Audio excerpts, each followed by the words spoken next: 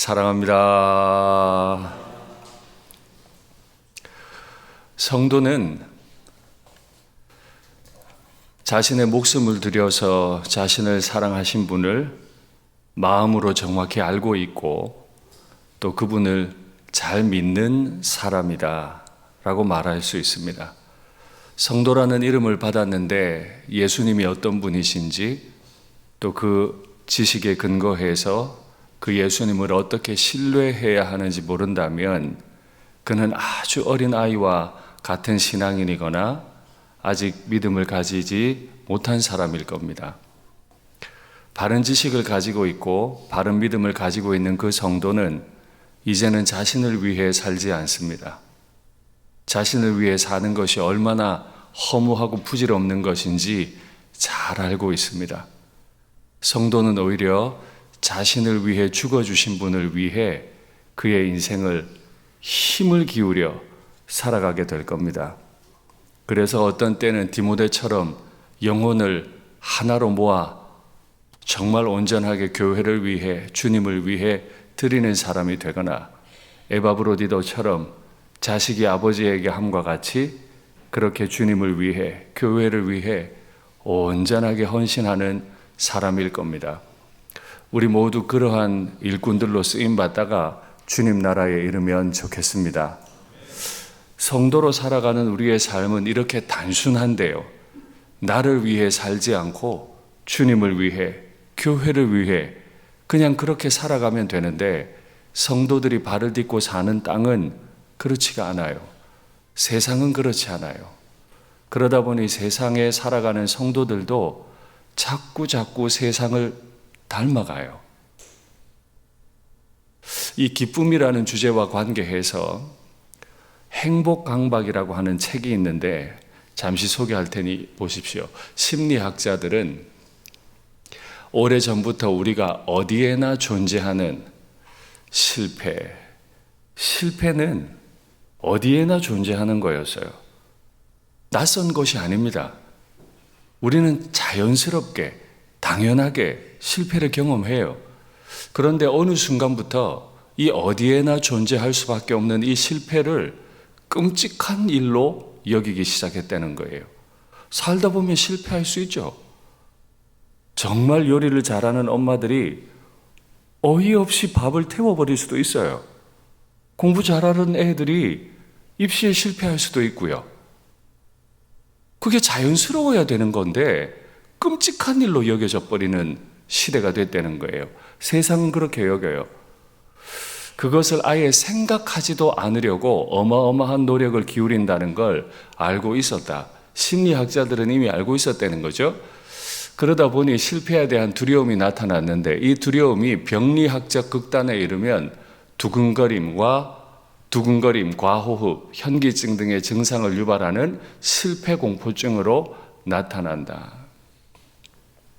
이 실패에 대한 두려움이 병리학적 극단에 이르면 밥을 좀 태운 게 뭐 그리 대단한 일이라고 몸에 변화가 와요. 대학에 떨어질 수도 있는 건데 대학 입시에 실패했다고 몸에 변화가 와요. 그 변화가 한참을 갑니다. 우리는 그걸 병리학적으로 다른 이름을 붙여서 부르기도 하지만 사실은 실패할 수도 있는 게 인생이잖아요. 실패 좀 하면 안 되나요? 실패 좀 하면 인생이 큰일이 나는 건가요? 무언가를 하다 실패 좀 할 수도 있습니다. 잘못될 수도 있는 거예요.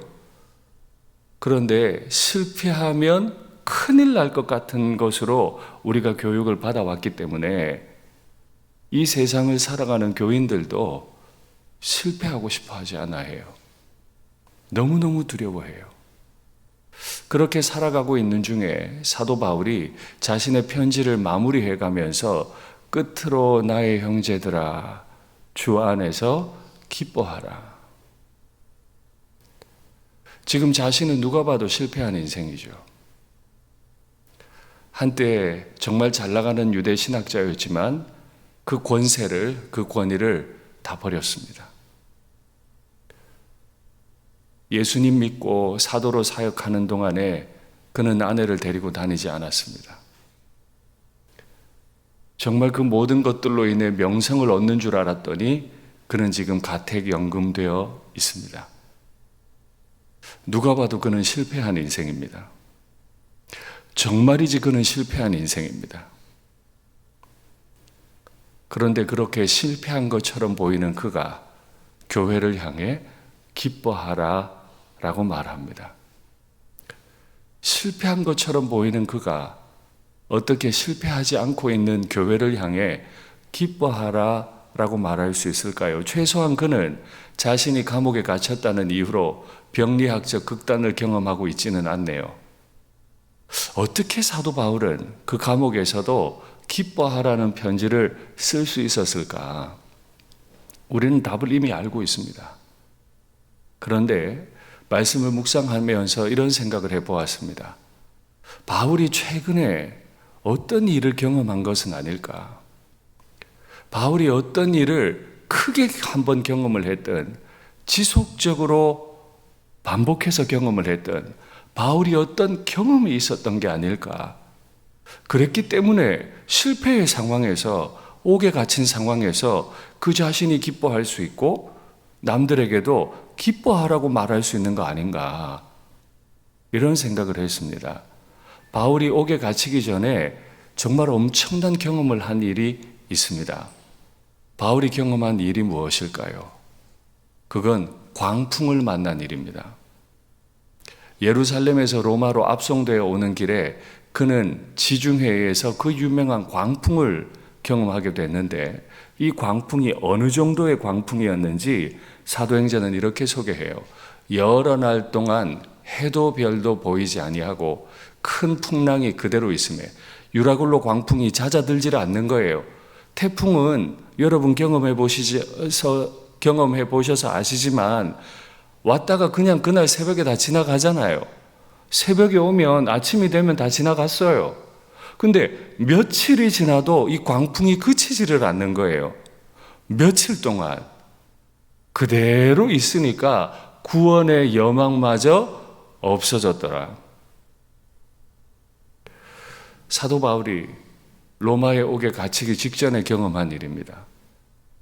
그는 사라져가지 않는, 정상적으로 하면 몇 시간 안에 없어져야 될 풍랑인데 도저히 없어지지 않는 풍랑이 며칠을 가면서 더 이상 그는 살 소망도 없어졌다. 그런 상황을 경험한 거죠. 만약에 그가 이런 경험만 하고 끝났더라면 감옥에서 기뻐하라는 말을 못했을 겁니다. 이 구원의 소망이 끊어진다는 게 얼마나 무서운 건지 아마 사도 바울도 달도 별도 며칠 동안 보이지 않는 그 상황, 풍랑이 사라지지 않는 그 상황, 며칠간 지속될 때 그 역시도 병리학적 극단에 속이 메스꺼워지고 구토가 일어나고 숨이 막히는 경험하지 않았을까요? 오래전 필리핀 단기 봉사를 다녀오다가 풍랑을 만난 적이 있습니다. 떼굴떼굴 굴렀습니다. 얼마나 구토를 심하게 했는지 모릅니다. 잠깐 탄 배에서 풍랑을 경험해도 사람이 못 견딥니다. 근데 며칠간의 풍랑을 경험을 하고 소망이 끊어졌어요. 이대로 끝이 나버렸다면 사도 바울은 폐인이 되어버렸을지도 모릅니다. 그런데 그 풍랑 가운데 사도 바울이 마지막으로 한 경험이 하나 있습니다. 그 경험이 그에게 바뀔 수 없는, 누구도 빼앗아갈 수 없는 기쁨을 준 것 같아요. 그 경험이 뭔지 보시죠. 내가 속한 바, 곧 내가 섬기는 하나님의 사자가 어젯밤에 풍랑이 여전히 있고 별도 달도 보이지 않는 그 상황에 그 밤에 내 곁에 서서 말하되 바울아 두려워하지 말아라. 네가 가이사 앞에 서야만 한다. 또 하나님께서 너와 함께 행하는 자를 다 내게 주셨다 하였으니 그러므로 여러분이여 안심하라. 나는 내게 말씀하신 그대로 되리라고 하나님을 믿노라. 로마에 가택연금 되기 직전 사도 바울이 경험했던 일입니다. 며칠간 끝나지 않는 풍랑 속에서 사도 바울은 내가 속한 바 곧 내가 믿는 하나님, 그분의 음성을 들었어요. 그 풍랑 속에서도 바울은 누군가에게 속해 있었습니다. 홀로가 아니었어요. 인생의 풍랑을 만날 때 그 풍랑을 만날 수도 있고 실패를 경험할 수도 있는데요.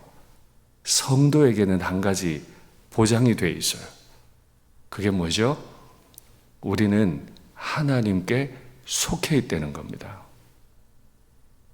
우리는 그분을 알아요. 내가 그분께 속해 있어서 내가 그분을 알아요. 그리고 그분께 내 신앙을 고백해요. 하나님을 믿노라. 바울아, 염려하지 마라. 이 풍랑이 있어도 나는 너를 지켜낼 것이고 너를 가이사 앞에 세우고야 말 거니까 바울아, 두려워하지 마라. 라고 어젯밤 해도 달도 별도 구원의 소망도 완전히 사라져버린 그때 유일하게 내 옆에 계신 그분, 바울아, 두려워하지 마라. 내가 너를 가이사 앞에 세우마 하시는 그 하나님을 믿노라 했다는 겁니다. 우리가 이 환난 많은 세상에서 어떻게 기뻐할 수 있죠?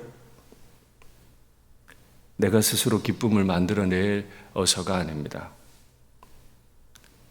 성도는 스스로 기쁨을 만들어내는 사람이 아닙니다. 그 끊임없이 일어나고 있는 풍랑 가운데서도 내가 속한 바 곧 내가 믿는 하나님, 그 하나님을 믿고 있기 때문입니다. 그 하나님을 믿는 믿음이 우리를 이기게 할 줄 믿습니다. 성경 이야기에 보면 사실 믿음의 조상들은 다 이런 엄청난 환난 가운데 있었습니다. 환난을 통해야만 믿음의 조상이 된다라고 명제를 만들 수 있을 정도예요. 스데반은 돌에 맞아 죽었습니다. 예루살렘 성도들은 자신의 모든 것을 팔아들였던 교회가 깨졌고 자신마저 고향을 등져야 하는 상황이 왔습니다. 예수를 잘 믿었던 다니엘은 나이 80이 돼서 결국 사자굴에 던져져야 했습니다. 그의 모든 커리어와 그의 생명을 다 포기해야 했습니다. 어쩌면 성경의 스토리는 성공하는 스토리가 아니라 파괴되고 빼앗기는 스토리인지도 모릅니다. 우리가 살아가는 세상에서는 성공의 스토리를 자꾸 지어주려고 합니다. 그래서 어떻게든지 성공하는 스토리를 써내려고 합니다. 부모님도 아이들도. 교회도 자꾸 그래요.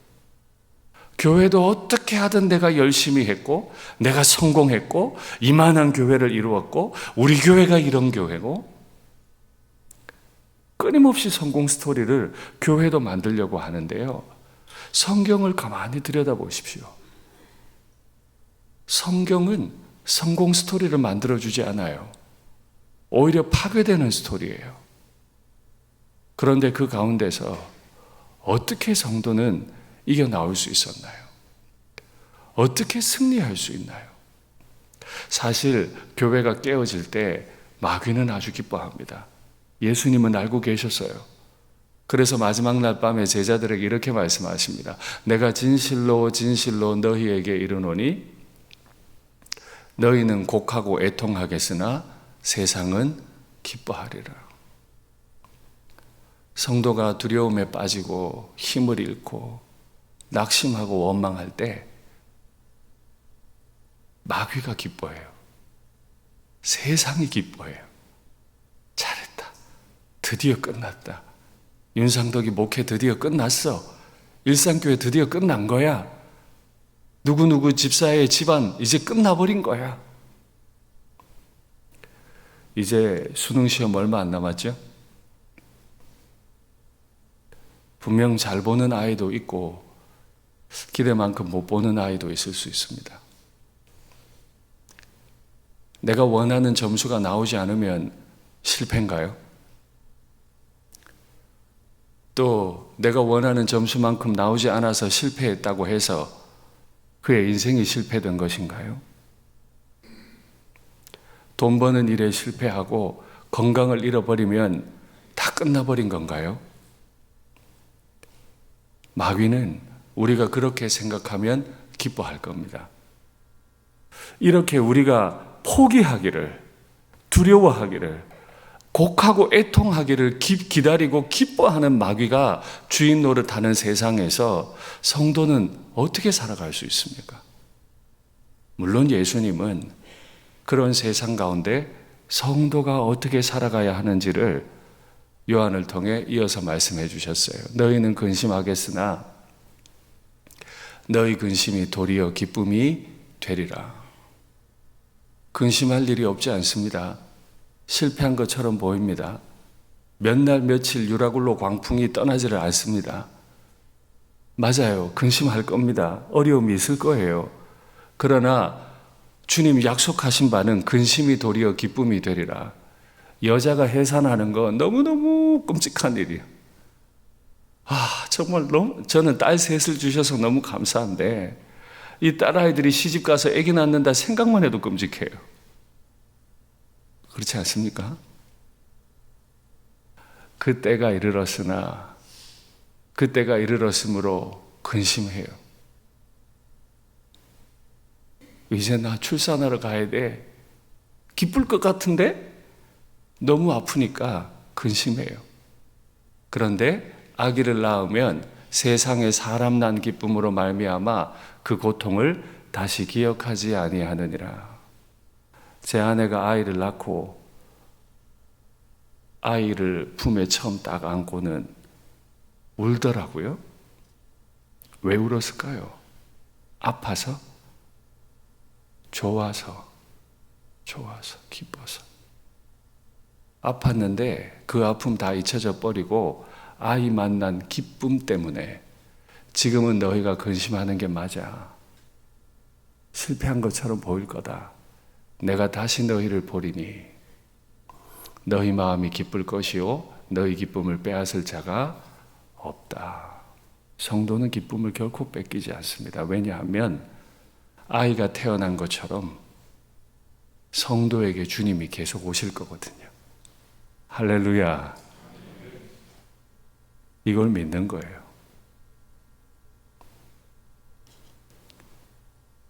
그렇게 고생해서 뱃속에서 기르고 고생스럽게 낳은 아이를 엄마가 만나면 엄마 눈에 눈물이 나도록 기뻐요. 성도의 마음에 근심이 있습니다. 인생에 대한 실패가 두렵고 저 역시도 마찬가지입니다. 목회를 실패할까 왜 두렵지 않겠어요? 두려움이 있죠. 그러나 우리는 한 가지가 분명합니다. 주님은 아기가 엄마에게 오듯 성도에게 오시는 분이십니다. 가만히 있으면 오시는 분이세요. 슬프고 두렵고 다 끝난 것 같고 구원의 여망이 없고 어떤 사람들에게는 병리학적 극단까지 내몰릴 수 있어도 기억하십시오. 주님은 아기가 엄마에게 오듯 반드시 성도에게 와주시는 분이심을 우리는 믿습니다. 이렇게 우리가 살아가는 동안에 우리의 마음이 기쁨을 빼앗길까 봐 사도 바울이 다시 반복해 줍니다. 똑같은 말을 너희에게 다시 쓰는 것이 내게는 수고로움이 없고 너희에게는 안전하니라. 그러니까 내가 2번, 3번 반복해도 나는 괜찮아, 수고롭지 않아. 이게 무슨 뜻이죠? 아무리 강조해도 지나치지 않다는 거죠. 내가 이걸 강조해야만, 너희의 귀에 딱지가 않도록 이 말을 기억하게 만들어야만, 너희가 이걸 꼭 기억해야만 너희의 삶이 안전하다는 거예요. 성도가 성도로 살아감에 있어 안전한 삶을 누리는 방법은 뭘까요? 사도 바울이 반복해서 해주고 싶은 말은 기뻐하라 하는 말입니다. 기뻐하라. 기뻐함이 성도에게 안전한 삶이에요. 빌립보서에서 기뻐하다는 말은 총 7번이 반복이 됩니다. 이 빌립보서 강해의 주제가 감사와 기쁨인데 그만큼 기쁨은 성도에게 중요하죠. 사실 기쁨이라고 하는 건 성도의 삶의 증거입니다. 내가 성도가 되었다는 증거예요. 신앙생활 하는데요, 예수님 때문에 기쁨이 없으면 적어도 그 사람 성도 아닙니다. 분명한 거예요, 이건. 성도로 사는데 예수님 만난 기쁨이 없어. 예수님 만난 감격이 없어. 맞아요. 사사구레도 던져진다니까요. 유라굴로 광풍 가운데서 며칠 동안 해도 달도 별도 못 봐요. 구원의 소망이 다 끊어져 버리는 것 같아요. 그런데도 그에게 기쁨이 있는 것처럼 성도가 성도 되었다는 증거는 기쁨이에요. 아무리 어려워도 주님 앞에 나와 엎드려 기도하면요, 주님이 주시는 기쁨이 있습니다. 왜냐하면 내가 그분에게 속해 있거든요. 나는 그분께 속해 있어요. 그분이 날 만나러 와주실 거거든요. 그것 때문에 나는 기뻐요. 저나 여러분이나 주님 앞에 서는 날까지 자주 기쁘면 좋겠습니다. 때로 종종 슬픔이 오고 두려움이 오죠. 소망이 더 이상 없는 것 같죠. 인생 완전히 실패로 끝난 것 같죠. 더 안 될 것 같죠. 아유, 무슨 그런 말씀을. 주님이 오실 텐데, 주님이 우리에게 와주실 텐데, 그러면 문제는 하나가 남아요. 그러면 성도는 어떻게 기뻐할 수 있는가? 스스로 기쁨을 만들어낼 수 없다면, 성공 스토리를 써보려다가 다 실패하는데 스스로 기쁨을 만들어낼 수 없다면 도대체 성도의 기쁨은 어디서 어떻게 만들어져야 하는가? 사도 요한이 7교회에 편지를 썼죠. 마지막 소개되는 7번째 교회, 라오디게아 교회는 아주 잘 나가는 교회였습니다. 그런데 잘 나가다가 실패했어요. 부끄러움도 모르는 지경이 돼버렸어요. 이제 끝났습니다. 그 교회는. 교회로서 기능을 다 상실했습니다. 끝났을까요? 완전히 끝나버린 것 같은 그 교회를 향해 주님이 이렇게 말씀하세요. 볼지어다 내가 문 밖에 서서 두드리노니 누구든지 내 음성을 듣고 문을 열면 내가 그에게로 들어가 그와 더불어 먹고 그는 나와 더불어 먹으리라. 다 끝나버린 교회입니다. 부끄러움을 알지 못하는 교회입니다. 자기가 뭘 잘못하고 있는지도 모르는, 영적으로 완전히 무너져버린 교회입니다. 쓸모없는 교회입니다. 주님이 버리셔야 마땅하죠. 버리셔야 마땅하죠. 우린 그것 때문에 병리학적 극단에 내몰리잖아요. 사업이 무너지고 학업에 실패하면 난 더 이상 쓸모없다. 난 더 이상 쓸모없다. 우울에 빠지고 공황에 빠지고 그러다가 더 깊어지면 스스로 세상을 떠나요. 쓸모없으니까. 짐만 되겠으니까. 분명 라오디게아 교회는 쓸모없는 교회예요. 그런데 주님이 어떻게 하셨죠? 볼지어다 내가 문 밖에 서서, 누구의 문 밖에요? 라오디게아 교회 문 밖에요. 그렇게 살아가고 있는, 교회 같지 않게 살아가고 있는 그 성도들 한 분 한 분의 마음의 문 밖에 뭐 하신다고요? 서서 문을 두드리노니. 쓸모없어 보이는 교회인데, 실패한 교회인데, 더 이상 소생 불가능해 보이는 교회인데 주님은 그 교회 문 앞에 서서도 계속 두드리고 계세요. 맞아요. 우리가 주님 찾아가는 거 아니고 주님이 우리를 찾아오세요. 유라굴로 광풍 가운데 구원의 여망마저 다 끊어져 있는 그 바울에게 어젯밤에 주님이 찾아오신 것처럼 더 이상 교회로서 기능할 수 없는 라오디게아 교회에 주님이 찾아오셔서 한 번 두드리고 가지 않으시고 문 밖에 서서 한 번 두드리고 두 번 두드리고 윤 목사야 네 마음 좀 열어라. 네 마음 좀 열어. 내가 너의 안에 들어가고 싶다. 여러분 혹시 자녀들 학업 문제 때문에 너무 두려우세요? 경제적인 어려움 때문에 두려우세요? 막 인생이 흔들리세요? 당연하죠. 지진이 나면 그 위에 살고 있는 사람들 다 흔들려요. 우리는 교회를 다니지만 세상에 살고 있습니다. 세상이 어지러워지면, 세상에서 무언가 실패를 경험하고 나면 흔들리는 게 당연합니다. 그러나 흔들린다고 해서 소망이 없지 않습니다. 주님이 찾아와 주세요. 지금도 지금 내 마음 문 밖에 서서 날 두드리고 계세요. 학업 문제든, 결혼 문제든, 재정 문제든, 관계 문제든, 그게 어떤 문제든 문 두드리고 계신 주님께 마음 좀 여세요. 마음 여세요. 주님, 여태 기다리셨네요. 들어와 주세요. 제게 말씀해 주세요.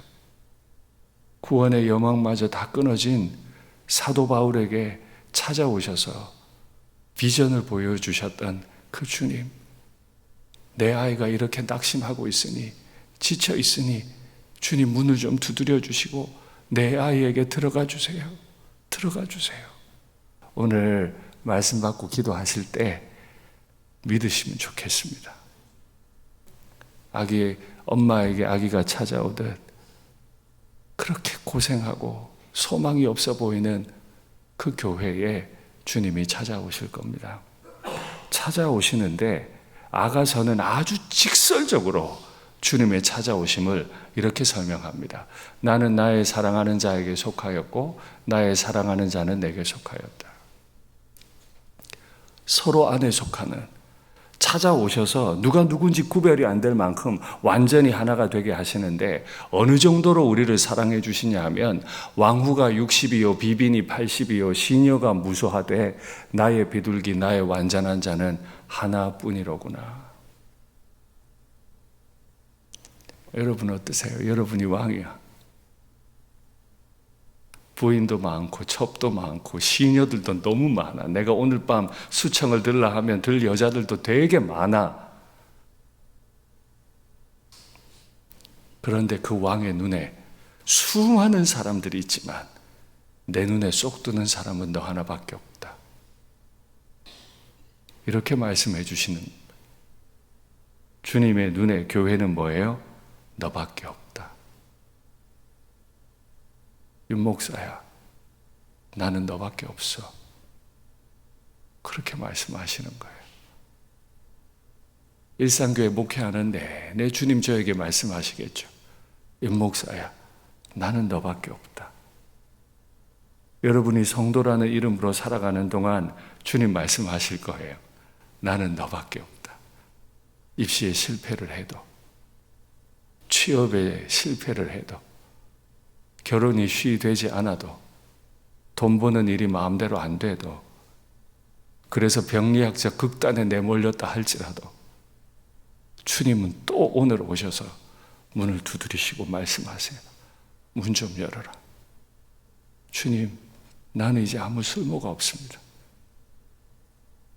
대학도 못 간 놈이 취업도 못하는 게, 결혼도 못하는 게 내가 무슨 쓸모 있습니까? 난 다 끝났습니다. 아니야. 세상에 훌륭한 사람이 60명이 있고 80명이 있고 무수히 많아도 나한테는 너밖에 없다. 그 음성을 듣는 게 우리의 기쁨이에요. 그 음성을 듣는 게 우리의 기쁨이에요. 오늘 기도 시간에 이 음성 많이 들으시면 좋겠습니다. 이 사랑이 어느 정도로 진하고 깊은지 아세요? 아가는 이렇게 말합니다. 사랑은 죽음같이 강하고 질투는 수월같이 잔인하며 불길같이 일어나나니 그 기세가 여호와의 불과 같으니라. 죽으면 다 끝나죠. 죽음보다 강한 건 없어요. 죽으면 다 끝난다는 점에서 죽음보다 강한 건 없어요. 다 끝났다고 생각하는 나에 대한 주님의 사랑은 죽음같이 강해요. 모든 걸 끝내버려요. 그리고 일어서게 만드시죠. 내 마음 다 무너질 때, 내 마음이 세상에 다 뺏겨갈 때, 입시가 어떻고 돈이 어떻고 결혼이 어떻고 세상 사람 살듯이 내 마음이 세상으로 자꾸 빼앗겨갈 때, 문 밖에 서 계신 하나님 아버지의 마음은 지옥의 질투로 가득해지세요. 질투로 가득해지세요. 이 질투가 얼마나 강한가 하면 여호와의 심판하는 불같이 강해요. 그렇게 우리를 사랑하신대요. 여러분, 이 사랑을 믿으시면 좋겠습니다. 이 사랑에 대한 믿음이 내게 찾아오셔서 끊임없이 문을 두드리시는, 여러분 복잡할 게 하나도 없어요. 성경에 기록된 대로 믿으십시오. 그냥 그대로 믿으시면 됩니다. 우리 아이들이 시험 문제 한두 개 때문에 울고 불고 할 때 그게 왜 문제냐고. 죽음같이 강한 사랑으로 하나님이 널 사랑하시는데, 취업이 원하는 대로 안 되면 병리적 극단에 내몰리는 바로 그때 믿음의 부모들이 할 수 있는 것, 그게 뭐가 문제라고. 하나님이 널 이렇게 죽도록 사랑하시는데, 불같이 너를 사랑하시는데, 하나님한테 너밖에 없으니까 소망을 가져라. 아빠는 엄마는 그렇게 믿고 있다. 힘내라. 이렇게 살아갈 수 있기 때문에 성도는 반드시 기뻐합니다. 오늘 기도하시는 가운데 주님, 기도 가운데 우리의 기쁨이 회복되게 하옵소서. 믿음을 주시옵소서. 눌림을 걷어내 주시옵소서. 모든 걸 끝장내는 죽음 같은 사랑으로 내게 있는 모든 걸 끝장내시고 오직 주님께 매여 주님과 살고 주님 만나고 사는 저희가 되게 하옵소서. 그래서 요한은 이렇게 고백했습니다. 무릇 하나님께로부터 난 자마다 세상을 이기느니라. 지진이 나면 그 위에 있는 사람 다 흔들려요. 그러나 하나님께로부터 난 자는 지진을 이깁니다. 인생의 지진을 이겨요. 세상을 이기는 승리는 이것이니 우리의 믿음이니라. 예수께서 하나님의 아들이심을 믿는 자가 아니면 세상을 이기는 자가 누구냐? 대답해봐. 대답해봐. 대답해봐. 믿는 자가 세상 못 이기면 누가 세상을 이길 수 있어? 오직 믿는 자는 이기게 될 것이다 라고 주님 말씀하세요. 아무 쓸모 없어진 교회에 오셔서도 문 밖에서 계속 서서 두드리시는 주님, 그분을 믿으십시오. 더 이상 구원의 여망마저 사라진 때에도 아닙니다. 주님을 믿으십시오. 자녀들이 내 마음대로 안 될 때도 주님을 믿으십시오. 주님은 반드시 당신의 성도들을 원하는 대로 이끌고 가실 겁니다. 그렇게 쓰실 겁니다. 마귀에게 속지 마십시오. 흔들리는 세상에 눈을 주지 마십시오. 주님께로만 눈을 두시면 됩니다. 말씀을 맺겠습니다. 때로는 유라굴로 같은 광풍을 만납니다. 그러나 그 광풍 앞에서 우리가 할 수 있는 것, 내게 속한 바고 내가 믿는 하나님, 너 반드시 가이사 앞에 서야 한다 라고 말씀하시는 하나님을 믿노라. 그 믿음 가지고 세상을 이기시고 그 무엇도 빼앗아갈 수 없는 기쁨으로 기뻐하시는 그런 우리 교회, 오늘 이 자리에 계신 저와 여러분이 되면 좋겠습니다.